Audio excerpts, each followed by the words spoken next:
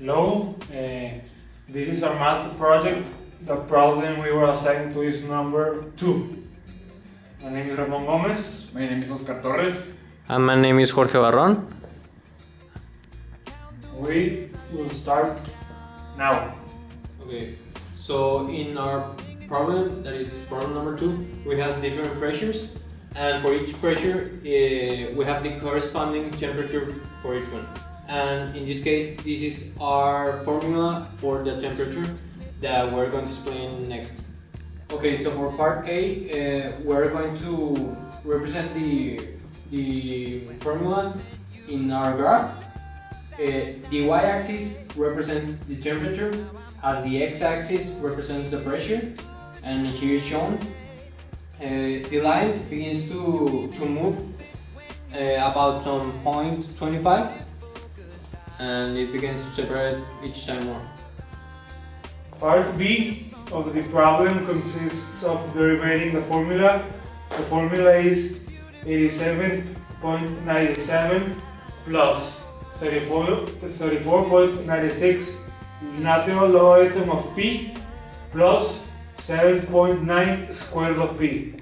So the first part is 87.97. This is a problem. This is a constant. It doesn't have a variable. So all derivatives of something that doesn't have a variable is 0. So this we know comes to be 0. We're done with this part. Now, it's a natural logarithm of p. Natural logarithm of p or any variable is u prime over u. Our u prime in this case, our u is p. U equals p, and the u prime of p or any other variable by itself, it's just 1.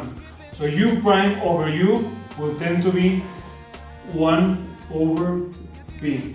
So the derivative of natural logarithm of p is 1 over p. So it's 34.96 1 over p times 1 over p. We're not done yet with this one.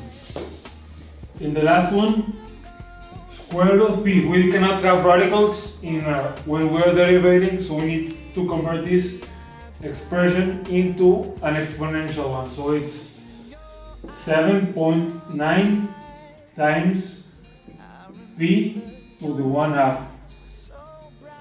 Okay, let's go to the next step. The 0 is still here. We just multiply this. 34.96 times 1, it's just 34.96. This is over 1, and 1 times p is p. So the derivative of 34.96 natural logarithm of p is 34.96 over p. We're done with this.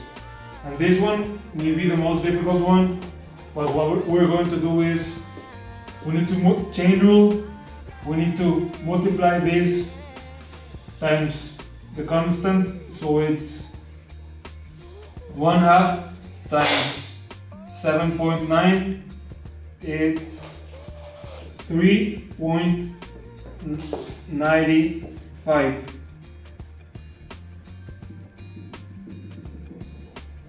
To the exponent, we always need to subtract 1 when derivating. So 1/2 minus 1, it's only negative 1/2. And this corresponds to p. P remains the same, so we cannot have a negative exponent. What we do is just we lower the variable, so it's 3.95 over p to the 1/2. We need to leave the answer in radical, so it's, well, I'm going to copy everything now.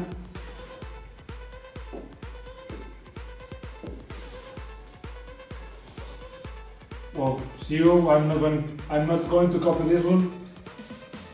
It's 34.96 over P plus its square root. P to the 1/2 is just square root of P, so 3.95 over square root of P, and that's the derivative of T. Hold on a second. So the rate of change of T, we know we did it, is this one. So we were asked with like the value of T when our pressures are 10 and 70. So what we want to do is just substitute 10 in P, so here and here.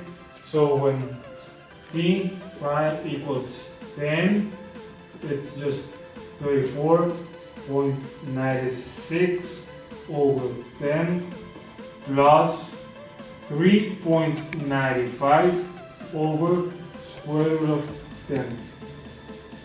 The rest is just done by the calculator, which is 34.96, 10 plus 3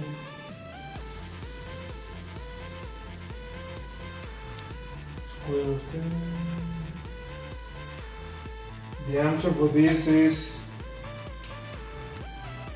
when T prime equals 10, it's 4.74 degrees. So we're going to do now the same thing, but with a 70. So we're now going to do with 10, we'll resolve it. Now with a 70, it's the same thing, just we change everything to a 70 and we put it into the calculator, and the answer is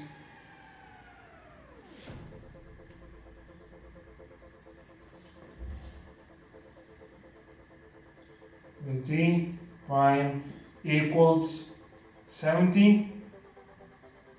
No, when T equals 70, sorry, it is 0.97. That are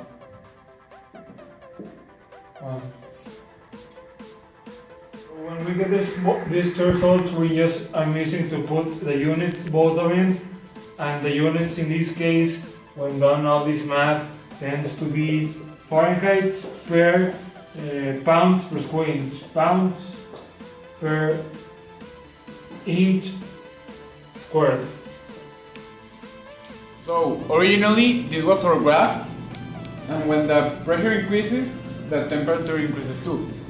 But now with the derivative, this was our result as a graph, and as the pressure increases, the temperature decreases.